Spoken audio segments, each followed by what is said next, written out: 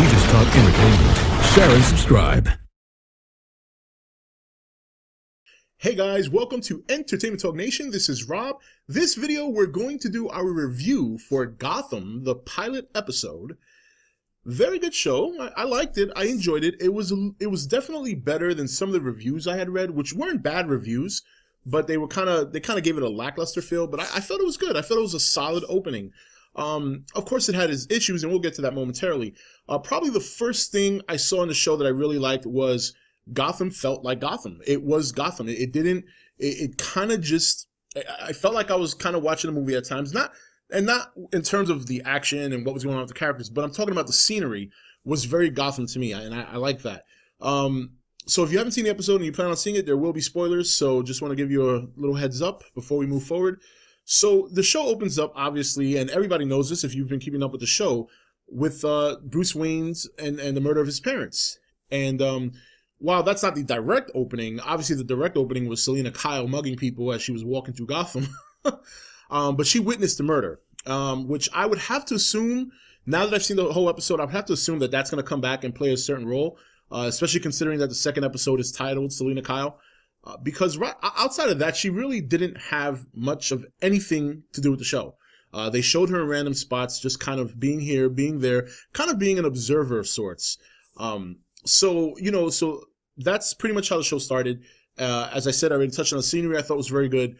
And then we get, shortly after that, we get a chance to meet Jim Gordon, and he is a rookie detective, and his partner is someone named Harvey Bullock. And before I heard his last name, I thought, when they first said his name Harvey, I'm like, oh wow, is that really Harvey Dent? But then they said Bullock, and I'm like, oh, okay, not Harvey Dent. But the show was solid. It was a solid opening. I thought Jada Pinkett Smith was great, and it's so nice to see her. Boy, she looks good for her age, huh? Well, she does not age, boy. She still looks like she did back in Jason's Lyric, for those of you who remember that movie. The only difference is she didn't have the jerry curls in the show, but she really looks good for her age. But I thought she did a good job. I really like her character.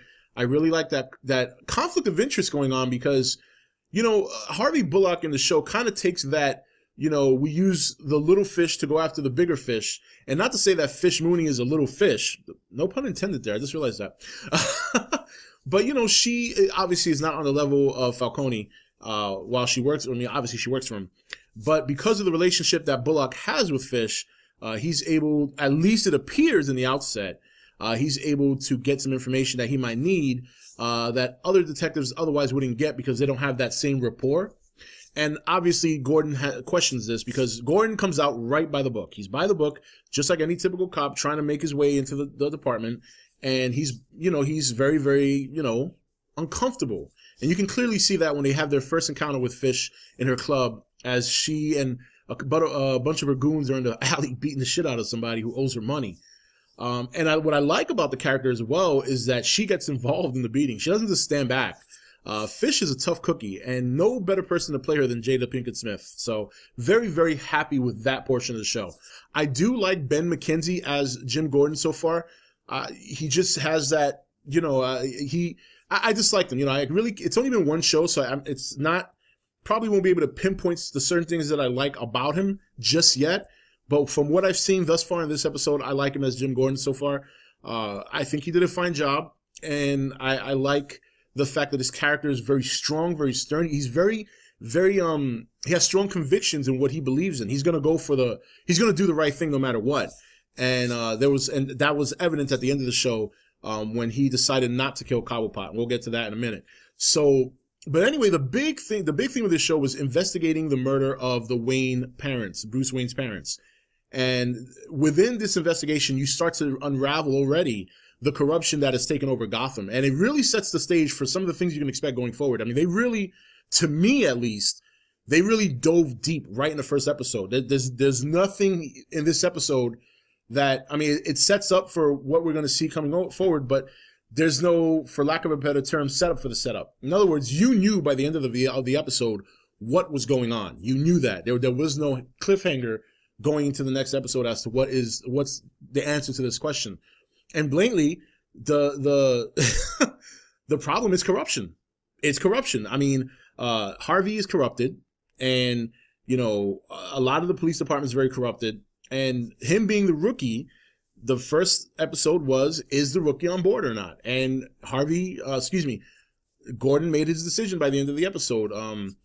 So basically what happens is, we all know if you saw the show, Harvey gets involved in what turns out to be a setup of the Wayne murder. The man that they found and were going to capture but eventually had to kill, Harvey ended up shooting the suspect because he was about to stab Gordon while Gordon was chasing him down. It was a nice little chase scene. I do question, being a big man myself, I do question how a man so large actually outran Gordon, but that's okay. We know it's for TV. You know, it's not believable, but we get it. I get that. So we'll let that one slide. But no way should a man that size be outrunning a military. Yes, he was an army boy. That's what they called him. A military personnel turned, detective. So that was a little bit unbelievable, but that's okay. We'll roll with it. So, and they get into a little scuffle in the alley when Gordon finally catches up to him, and the suspect had a knife, went to stab him. His name was Peppers, by the way. And Harvey shot him dead. And at this point, you believe they found the suspect. And later, it turns out that Oswald Cobblepot confesses to the MCU unit that the pearls were with Fish and that she could have been involved in planting them in Pepper's apartment. And the lady from the MCU basically visits Gordon's wife, or wife-to-be rather, named Barbara, and confesses to her that Gordon may be involved in setting up Peppers, who did not kill the Wayne family. And this is what starts the good stuff to me. Obviously, Barbara, being in a long relationship with her soon-to-be husband, Jim, believes him the minute he says that he didn't set him up. He was oblivious to the whole thing, basically. It was all set up by Harvey, who is obviously, in cahoots with the mob, as well as other law enforcement. We don't get into that, though, but they make that very clear that there's corruption.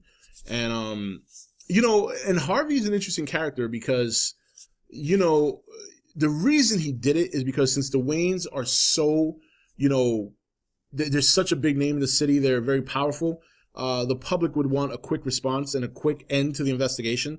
So rather than go through a slew of so many different profiles as to what happened or who could have done it, they picked a scapegoat and they used him, and that ended the investigation and made the two cops look like heroes.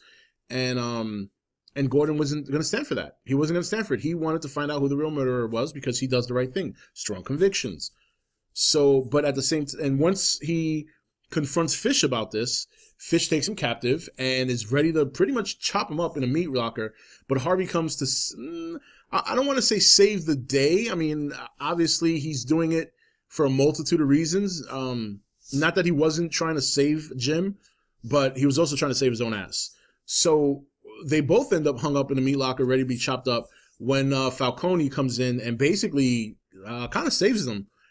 And then Falcone reveals to Jim that him and his father had a good relationship. Whether or not this is true or it's just Falcone trying to set up Jim to be like one of his cronies remains to be seen.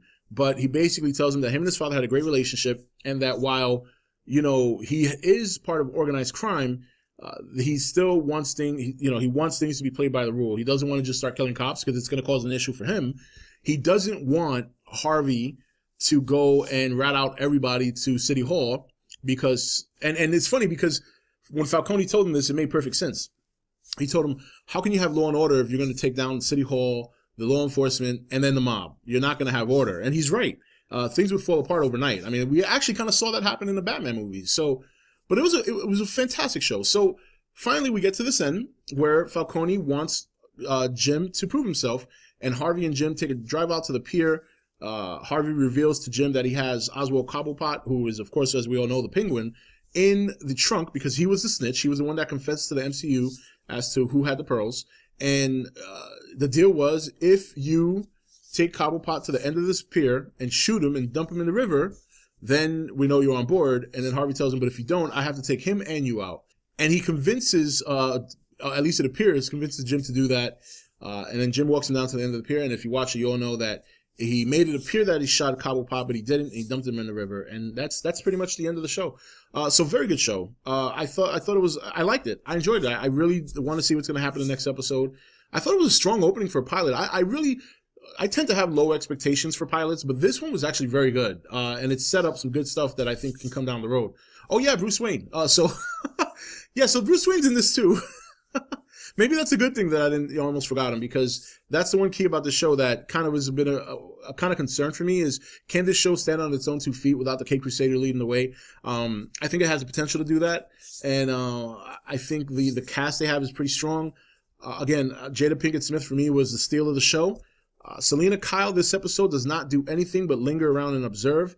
So to me, that kind of had a negative effect, but I understand why they did it. I think she's going to play a pivotal role in the investigation of the Wayne shooting down the road, because she did witness them get killed. So we'll see what happens with her. We did get a little cameo by the Riddler, aka Edward Nygma, as he apparently works for forensics. So we saw him. We saw the obviously we saw the Penguin, Bruce Wayne, Jim Gordon, Falcone. We saw like I said, Catwoman, Selena Kyle.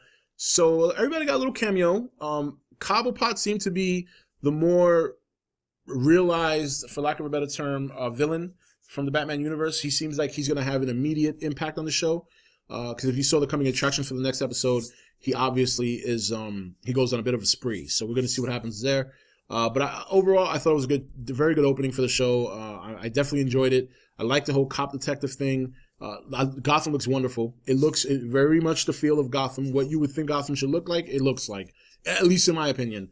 And I think the show has a good opportunity. Hopefully they build from this, and we'll see what happens. We'll see what happens. So how did you like Gotham? Did you watch it? What did you think? Did you like it? Did you not like it? Did you enjoy it? Did you think it was pretty good? Do you think it's not going to survive without Batman, or do you think it could stand on its own 2 feet with Jim Gordon leading the way? Let me know in the comments below. This is Rob signing off for ETN, where we don't do news, we just talk entertainment. Take it easy. Thank you for watching ETN. Don't forget to subscribe and join the Nation Facebook page. You're watching ETN, where we don't do news, we just talk entertainment. Share and subscribe. Hey guys, welcome to Entertainment Talk Nation. This is Rob. This video, we're going to do our review for Gotham, the pilot episode.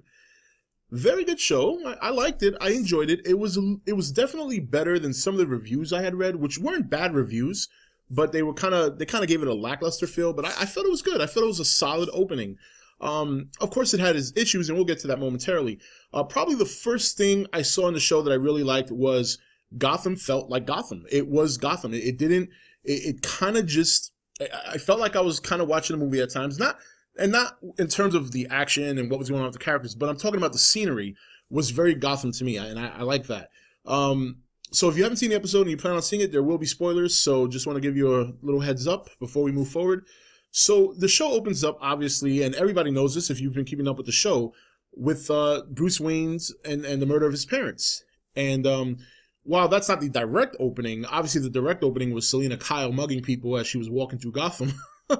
But she witnessed the murder, which I would have to assume, now that I've seen the whole episode, I would have to assume that that's going to come back and play a certain role, especially considering that the second episode is titled Selena Kyle. Because right outside of that, she really didn't have much of anything to do with the show. They showed her in random spots, just kind of being here, being there, kind of being an observer of sorts. So that's pretty much how the show started. As I said, I already touched on the scenery. I thought was very good. And then we get, shortly after that, we get a chance to meet Jim Gordon.